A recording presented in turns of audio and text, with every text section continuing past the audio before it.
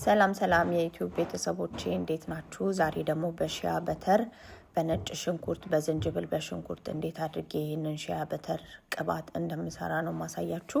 በዚህ አጋጣሚ ይቅርታ ለድምጼ ትንሽ ጉንፋን አሞኝ ነው እና እዚህ ጋር የተፈጨውን ማለት ውሃውን ያወጣሁትን የነጭ ሽንኩርት ዝንጅብል ሽንኩርቱን እዚህ ላይ ጨመርኩት። ግን መጀመሪያ ውሃውን አጥልዬ አውጥቻለሁ። ልክ እዚህ ጋር እንደዚህ እንደምታዩ ውሃውን አጥልዬ ውሃውን ለብቻው ለራሴ ስለምጠቀመው አድርጌዋለሁ። ከዛ ከጨመርኩት በኋላ ያው እዚህ ጋር አንድ ቀን አሳድሬው ውስጡ ከዛ እዚህ ጋር አሁን እያቀለጥኩት ነው ማለት ነው። በደንብ እንዲዋሃድ በደንብ ከተዋሃደ በኋላ ልክ እንደዚህ እየቀለጠ ይመጣል። ያው ነጭ ሽንኩርቱ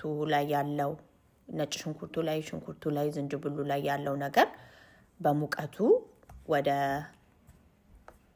ሺያ በተሩ ይሄዳል ማለት ነው።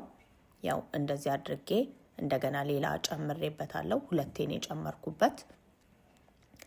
ከዛ ይሄንን ያው በመጥበሻው ላይ በማድረግ በደንብ አድርጋችሁ ሙቀት እንዲያገኝ ማድረግ አለባችሁ። ያው ልክ እንደዚህ እስከሚንተከተክ ድረስ። ከዛ በኋላ ያው ታጠሉታላችሁ። ያው እንደዚህ እንደምታዩት አድርጌ አጥልየዋለሁ።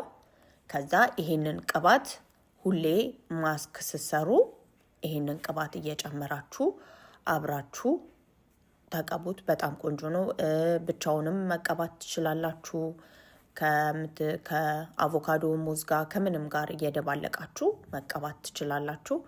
ስለተከታተላችሁኝ አመሰግናለሁ። ያው ይሄንን ይመስላል ማለት ነው።